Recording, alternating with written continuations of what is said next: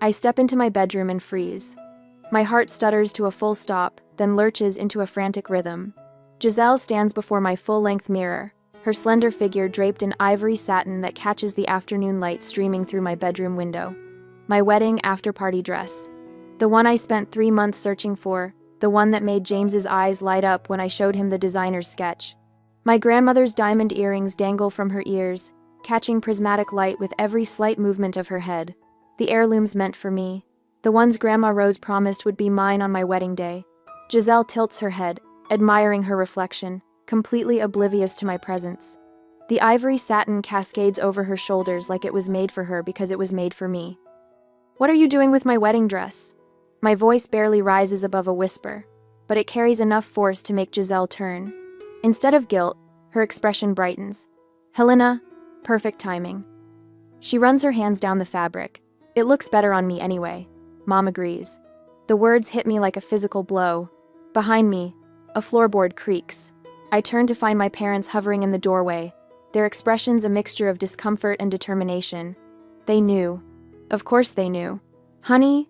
Mom steps forward, her voice taking on that placating tone I know too well. "You'll have the main wedding gown. Can't you share just this once?" Dad nods, waving his hand dismissively. "Your sister has always looked stunning in white." Their words unlock a flood of memories. Giselle borrowing my designer shoes for a date, returning them scuffed beyond repair. My vintage purse coming back with makeup stains embedded in the leather. The cashmere sweater I saved 3 paychecks to buy, stretched beyond recognition after her weekend trip. Family comes first. I'd told myself each time, swallowing my objections, burying my resentment. Last winter flashes before me. The outfit I'd carefully styled for Senator Graham's daughter, the client who could have launched my styling career into the stratosphere. Giselle borrowing the ensemble for just an hour before I delivered it. The red wine stain spreading across the custom jacket like a wound. "This is strike one," my boss had warned, eyes cold with professional disappointment. When I confronted my parents, their response was swift. "Accidents happen. She's your sister." I stand straighter now, shoulders pulling back. Something inside me shifts, like tectonic plates realigning after years of pressure. "Not this time." The words come out clear and steady. "Take it off." Silence fills the room, thick enough to choke on. Giselle's lips part in shock, her eyes widening with the unfamiliar sensation of being denied. "You can't be serious." She laughs, but it sounds hollow even to her ears. "Mom, tell her she's being ridiculous." Mom steps toward me, hands outstretched in supplication. "Helena, sweetie, there's no need for drama. Giselle just wants to feel special too." "Take it off," I repeat, my voice dropping lower. "Now, or I call off the wedding." The threat hangs in the air between us. Dad's face flushes crimson, but something in my expression stops whatever rebuke was forming on his lips. "Fine," Giselle spits the word. "I didn't want your stupid dress anyway." Her fingers fumble with the delicate zipper, her movements deliberately rough. I step forward and catch her wrist before she can damage the fabric. "The earrings, too," I say quietly. With exaggerated care, she removes my grandmother's earrings, dropping them into my palm with enough force to make a statement. The diamonds burn cold against my skin. Later, after Giselle has flounced from my room in theatrical outrage, I hang the dress in my closet. My parents' cold glares follow me, promising consequences for this rebellion. I run my fingers over the smooth fabric, heart still pounding. For 27 years, I've stepped aside, made room, kept peace, the good daughter, the responsible one, the one who understands. Looking at my dress, I make a silent promise. Not anymore. They've taken enough. This wedding will be mine, and God help anyone who tries to steal another piece of me. The following day, James drops his notebook on our coffee table and rubs his temples. "So that's it? We've decided on the honey lavender cake with buttercream frosting?" I nod, leaning back into our sofa. After weeks of tastings and disagreements, we finally locked down the last major wedding decision. James reaches for my hand, his thumb tracing circles on my palm.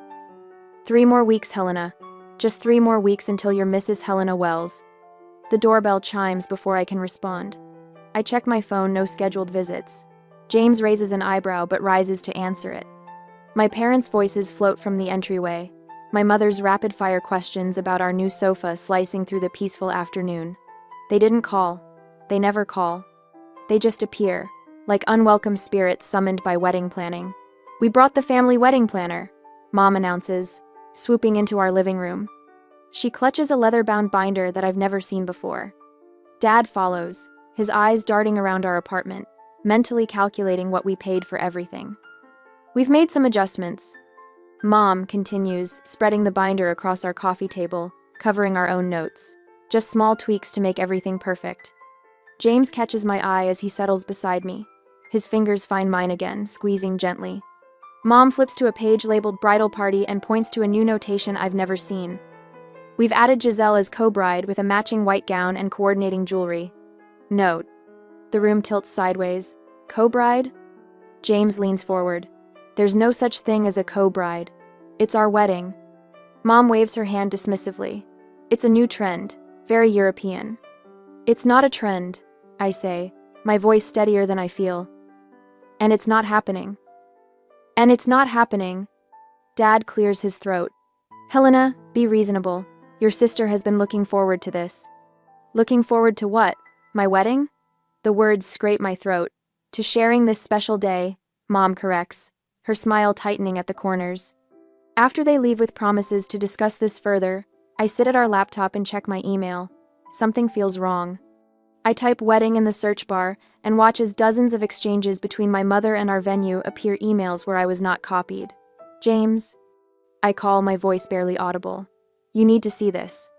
He reads over my shoulder, his breath catching. Special instructions to the venue coordinator about highlighting both sisters equally. Detailed arrangements for balanced photo opportunities. A request for 2 bridal suites. My phone buzzes with a notification. Giselle has tagged me in an Instagram post. My stomach clenches as I open it. There she stands in my after-party dress, now altered slightly, with the caption, "Final fitting for my wedding look, sister ceremony, double the brides." The comments flood with confused congratulations. "Didn't know you were engaged too. What's a sister ceremony? So cool you're both getting married." My phone rings, Aunt Catherine from Virginia. "Helena, honey, your mother just told me about this unusual sister ceremony. Is this something you really want?" The room spins as I try to explain that none of this was my idea. More calls follow. Family friends. Distant relatives. All confused, all asking the same question. Why am I making my sister a co-bride? When I confront my mother by phone, her voice drips with practiced martyrdom. "You've always been the strong one, Helena. Giselle needs this. She's been so depressed since that breakup last year." My father's voice cuts in on the extension. "We're paying for half this wedding. We have a say in how it unfolds." More calls, more pressure. Uncle Robert suggesting I be the bigger person. Cousin Samantha wondering if I'm being a bit selfish. Each conversation feels like water rising around my neck. Only Aunt Martha tells me the truth when she visits the next day, her voice low as she glances toward the door. "They've been planning this since you announced your engagement. Your mother had Giselle's dress ordered the same week you ordered yours." I press my hands against our kitchen counter, feeling the cool granite anchor me. "How do you know this?" "I overheard them at Christmas. Your mother said it would be easier to ask forgiveness than permission." Martha squeezes my arm. "I should have told you sooner." That evening, I visit Grandma Rose at her assisted living facility. Unlike my parents' sprawling house, her small apartment feels like a sanctuary. "This is your day, Helena," she says, her arthritic fingers covering mine. "No one else's, not your sister's, not your mother's." When I return home, James has spreadsheets open on our laptop. "We can pay for it ourselves," he says, without looking up. "I've run the numbers 3 ways. We can make it work." Sarah, my maid of honor, arrives with a bottle of wine and her legal pad. "I'm documenting everything," she announces, flipping to a detailed timeline of every boundary violation, in case things get ugly. My phone rings again, my boss this time. I almost let it go to voicemail, but something makes me answer. "Helena?" he says, his voice uncharacteristically gentle. "One of our clients mentioned your double wedding. Want to tell me what's happening?" I explain in halting sentences, expecting professional concern about how this might affect our business relationships. Instead, he surprises me. "Your sister cost us that Senator Graham campaign," he says flatly. "Don't let her cost you your wedding too." That night, my parents deliver their ultimatum via text. Include Giselle as co-bride or lose their financial support. The message contains thinly veiled reminders about Grandma Rose's care and how family reputation affects my professional standing. I stand at our bedroom window, staring at the city lights below. James wraps his arms around me from behind. "This isn't just about a dress anymore," I whisper. "This is about my entire life." 2 days after finding the messages, my phone screen illuminates with another notification. Giselle's tearful face fills the local morning show segment. All I wanted was to share in my sister's special day. The host nods sympathetically. "And she refused to let you wear the dress?" "She threatened to cancel the entire wedding." Giselle dabs at her eyes with a tissue. "After everything our family has done for her." I slam my coffee mug down so hard liquid sloshes onto my kitchen counter. The morning show host doesn't mention how Giselle tried on my dress without permission, how she's borrowed and ruined my things for 27 years, or how this wedding is supposed to be about James and me, not her. Within hours, share with sister trends on local social media. My cousin Denise texts, "Is it really such a big deal? Family should come first." My phone rings. Aunt Carol, who hasn't called me in 3 years. "Helena, I raised you better than this. Your mother is heartbroken." I grip the phone tighter. Did Mom mention she tried to make Giselle a co-bride? Don't be dramatic. She just wants both her daughters to shine. The doorbell rings. A delivery man hands me a stack of letters from my parents' church congregation. The top envelope, already opened, contains a handwritten note. "Honor thy father and mother." I drop the pile into the recycling bin. Monday morning at the studio, I arrange outfits for Valerie Torres, an influencer with 2 million followers. My concentration fractures with each phone vibration. 12 texts from Mom, 7 from Dad, 23 from Giselle. "Is everything okay?" Valerie asks, studying my face as I adjust her collar. "You seem distracted." "Everything's fine." I lie, pinning the hem of her dress. "I saw that news segment with your sister." Valerie tilts her head. "Wedding drama, right? My followers are talking about it." My hands freeze mid-pin. My private life, my professional space, the boundaries blurring like watercolors in rain. It's complicated. I manage. After Valerie leaves, Diana, my boss, calls me into her office. The morning segment plays silently on her computer screen. "This needs to stay out of the studio," she says, gesturing toward the footage. "Clients come to us for perfection, not family soap operas. Keep it together or take a leave of absence." I nod, throat tight. It won't be an issue. Tuesday evening, I drive to Grandmother Rose's cottage in Pasadena. The familiar scent of cinnamon and old books wraps around me as I step inside. Her walls display family photos spanning decades, including one of my mother and her sister at a wedding, standing uncomfortably apart. "You look exhausted, my dear." Grandmother Rose guides me to her worn floral sofa. The tears come without warning. "They're making me the villain." Giselle went on television. The church congregation sent letters. My boss threatened my job. She holds my hand, her skin paper thin but her grip surprisingly strong. "Your mother did the same to her sister." I look up, startled. "What?" "At Louise's wedding. Your mother wore white, insisted on standing next to the bride in photos, demanded matching flowers. When Louise objected, your grandpa sided with your mother." She sighs. "They haven't spoken in 30 years. "I didn't know." "I need to." "Some patterns need to be broken, dear. Someone has to be brave enough." She squeezes my fingers. "And you've always been the strong one." Grandmother Rose stands slowly, her knees creaking. "I have something that might help you." She leads me to her bedroom where a cedar chest sits at the foot of her bed. The hinges protest as she lifts the lid. Inside, beneath a crocheted blanket, lies a stack of legal documents. "What are these?" I ask, taking the folder she hands me. "Look at the house deed first." I scan the document, my eyes catching on my own name next to hers. "I'm a co-owner of your house?" She nods. "Since your 25th birthday." The next document shows the family trust. My name appears prominently as executor of my grandmother's estate. "Grandma, I don't understand." "I've been watching this happen for years," she says simply. "Your parents have always allowed Giselle to take what's yours. I wanted to make sure they couldn't take everything." The weight of what she's telling me settles on my shoulders. "You've been protecting me all this time. Now you can protect yourself." The next morning, I meet Tasha, a wedding planner not connected to my mother's social circle. Her office walls display photos of unique celebrations, none featuring matching sister gowns. "Tell me what you want," she says, emphasizing the word.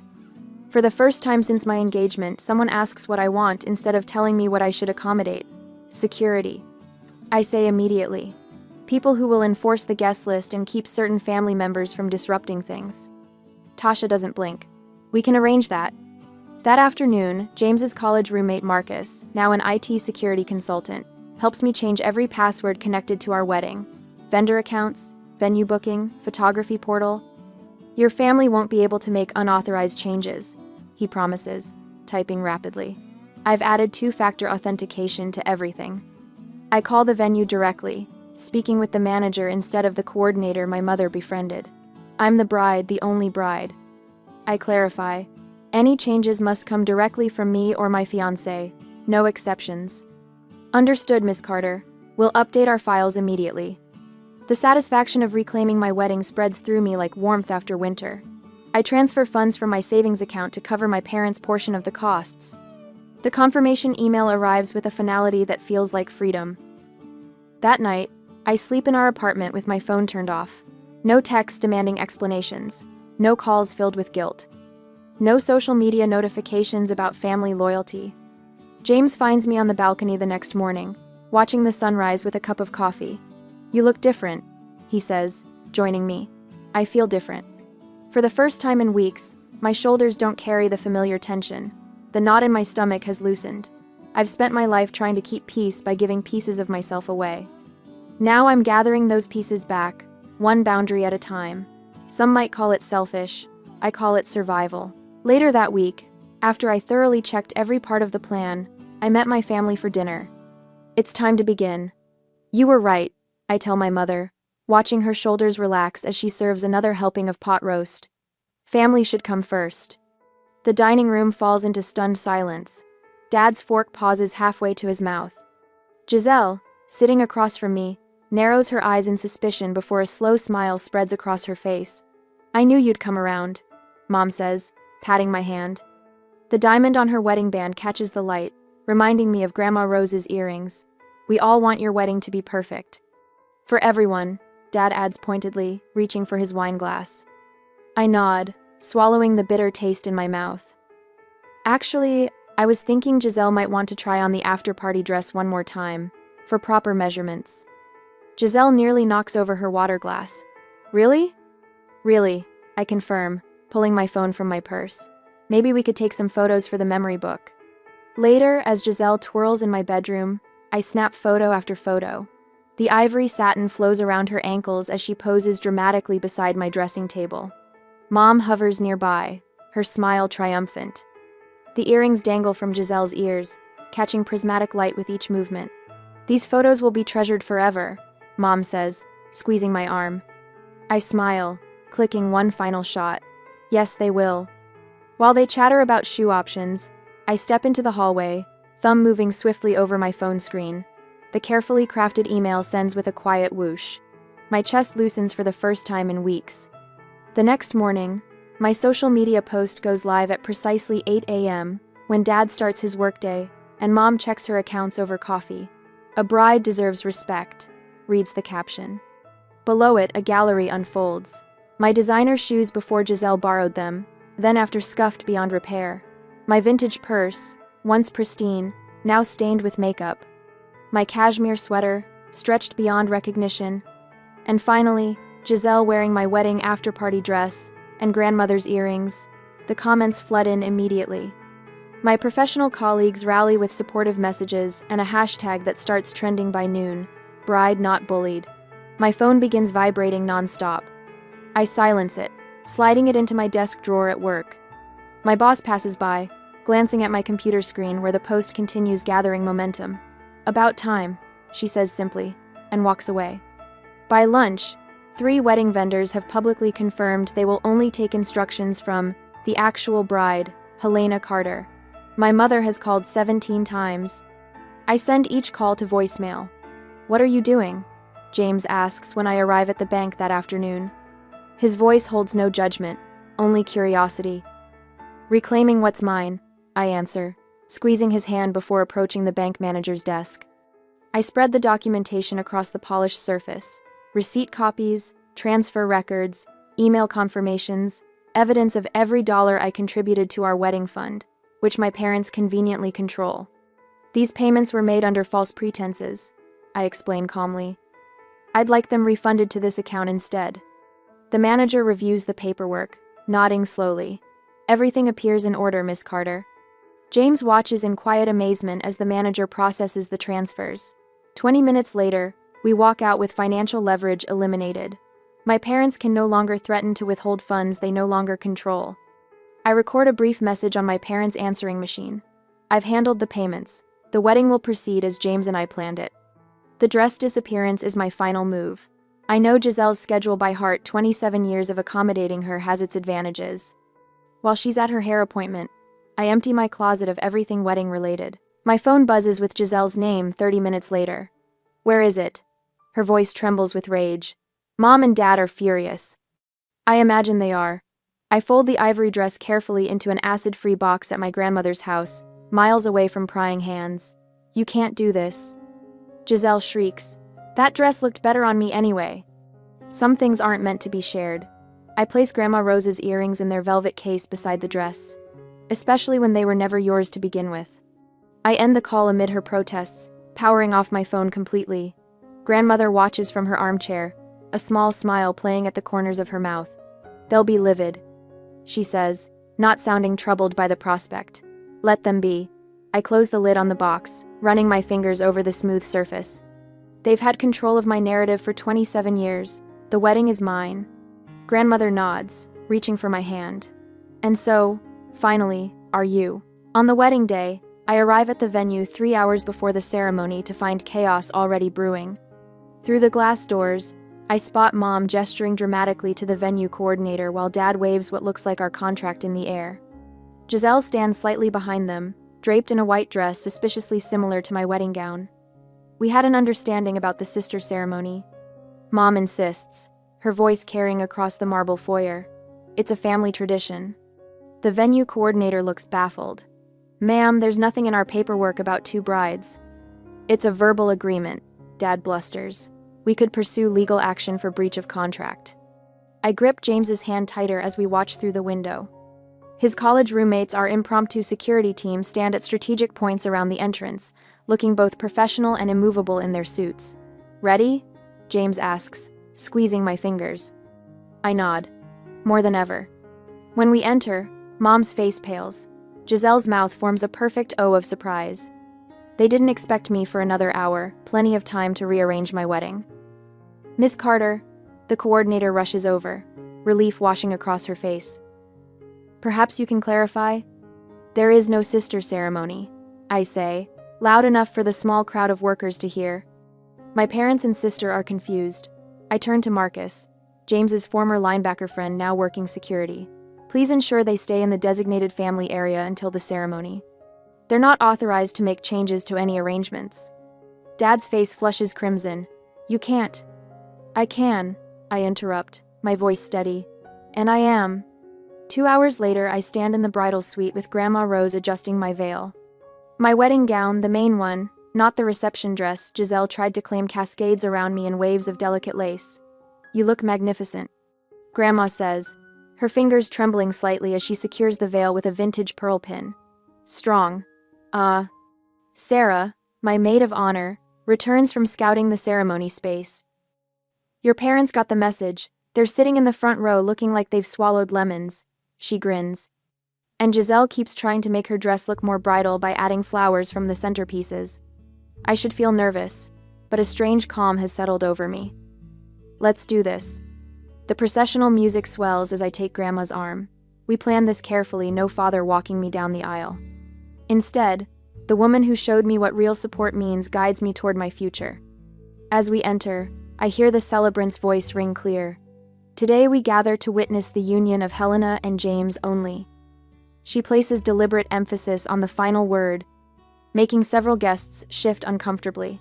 Mom's smile looks brittle. Dad stares straight ahead. Giselle fidgets with her costume jewelry, a poor imitation of Grandma's diamonds currently nestled in my bridal suite safe. I lock eyes with James and never look away. His smile becomes my anchor as I glide past the family that tried to steal even this moment. The reception begins with delicious tension as I emerge from the bridal suite in my ivory satin after-party dress, the one from the ambush. Grandma's diamond earrings catch the chandelier light with every movement of my head. The symmetry feels perfect. "You reclaimed it," Grandma whispers, adjusting one earring. "Everything," I confirm. Giselle sits at the family table, her expression fluctuating between outrage and calculation. Mom's anger shows in her white-knuckled grip on her champagne glass. The photographer captures it all, immortalizing their displeasure alongside my joy. When it's time for toasts, I rise first. "To those who truly support us and respect our boundaries," I say, raising my glass toward Grandma, then James, then Sarah. Notably absent from my gesture, the front family table. The party flows perfectly until I spot Giselle sidling toward the DJ booth. Mom follows close behind, whispering urgently to the wedding planner, who shakes her head firmly. "Special sister toast," I hear Mom insist. "It's traditional." Before Giselle can grab the microphone, James's best man intercepts her with practiced ease. "The bride's playlist is quite specific," he says pleasantly, steering her away. I cross the dance floor, stopping directly in front of my sister. "Not today," I tell her quietly. "Not ever again." Her eyes widen. For once, she seems to understand, I mean it. 20 minutes later, Dad corners me near the cake table. "We need to talk. Now." I follow my parents into a small side room, where Mom immediately dissolves into tears. "You've humiliated us in front of everyone we know." Dad hisses, "You'll regret this public display." Mom dabs her eyes dramatically. "After all we've done for you, the sacrifices, the support." I study them both, really look at them perhaps for the first time. Mom's tears that appear and vanish with strategic precision. Dad's authority that crumbles when challenged. "Thank you," I say finally. They look startled. "For what?" Mom asks cautiously. "For showing me exactly who you are." I straighten my grandmother's earrings. Now I know exactly who I need to be. And Dad steps forward. "If you walk out that door..." "You'll what?" I ask. "Take my car? My inheritance? My wedding dress? You've been taking pieces of me my entire life. There's nothing left for you to claim." I open the door, pausing in the threshold. "Enjoy the cake." I picked chocolate because it was the only flavor Giselle hates. The reception continues without them. James finds me on the dance floor, pulling me close as we sway to our song. Over his shoulder, I watch my grandmother chatting happily with his parents, her diamonds catching the light with every laugh. Some jewelry isn't just decoration. Sometimes, it's armor. 6 months later, I stand in the bay window of our Connecticut living room, watching autumn leaves spiral across the lawn. 3 states and 800 miles now separate us from my family. The distance feels like oxygen. "More coffee?" James asks, patting across the hardwood floors in his weekend socks. "Please." I accept the mug, inhaling the rich aroma. I was just thinking how quiet it is. No unexpected visits, no drama, no one borrowing my things. James settles beside me on the window seat. "Your mother called again yesterday." "I know." I curl my fingers around the warm ceramic. "I'll call back next week. On my terms, with my boundaries in place." "And if they push back?" I shrug. Then the conversation ends. They're learning I mean what I say now. James kisses my temple. "I'm proud of you." "I can breathe here," I whisper, the simple truth of it still astonishing. Grandmother's silver Buick pulls into our driveway later that afternoon. Her move to the senior living community 10 minutes from our house was the best decision we made after the wedding. She settles at our kitchen table while I prepare tea. Her arthritis has worsened, but her eyes remain sharp as ever. "I finalized everything with the attorney," she says, sliding a folder across the table. "You're the executor now, and the primary beneficiary." The papers blur beneath my suddenly damp eyes. "Grandma, you don't have to." "You were the only one who saw them for what they were." Her weathered hand covers mine. "This family has a pattern. Look." She opens a photo album I've never seen before. Pictures of my mother as a child, always stepping aside for her sister.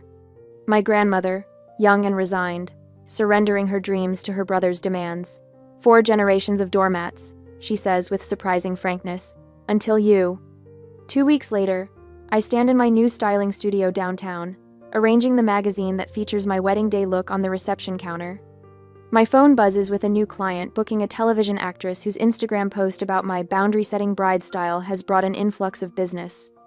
What would make this moment perfect is knowing Giselle saw the latest issue of Style Quarterly, where her favorite influencer wears my signature accessory collection.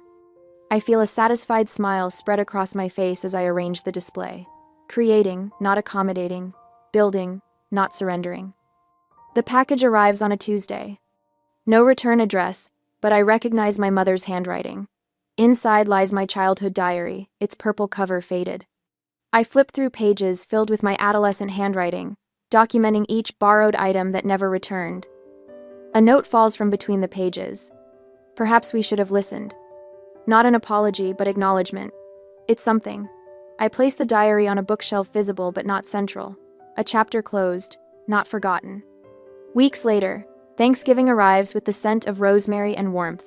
Our dining table extends to welcome grandmother and the friends who stood with us through everything. Sarah arranges flowers while James carves the turkey. My phone rings in the study. My parents' number. "Do you need to get that?" Grandmother asks, knowing exactly who's calling. "Tomorrow," I decide, returning to the table. Today is for joy. Today is for joy. We raise glasses as James offers a toast. To chosen family and hard-earned peace. I look around at these people who love without conditions, who support without manipulation, and feel the rightness of this moment. Some things are worth keeping. Some things are worth sharing. And some things like your self-respect should never be given away. As we laugh and pass dishes, I wonder what stories others might share about drawing their own lines in the sand. What finally gave them the courage to say enough? Perhaps their journeys echo mine. The phone stops ringing. Tomorrow is soon enough.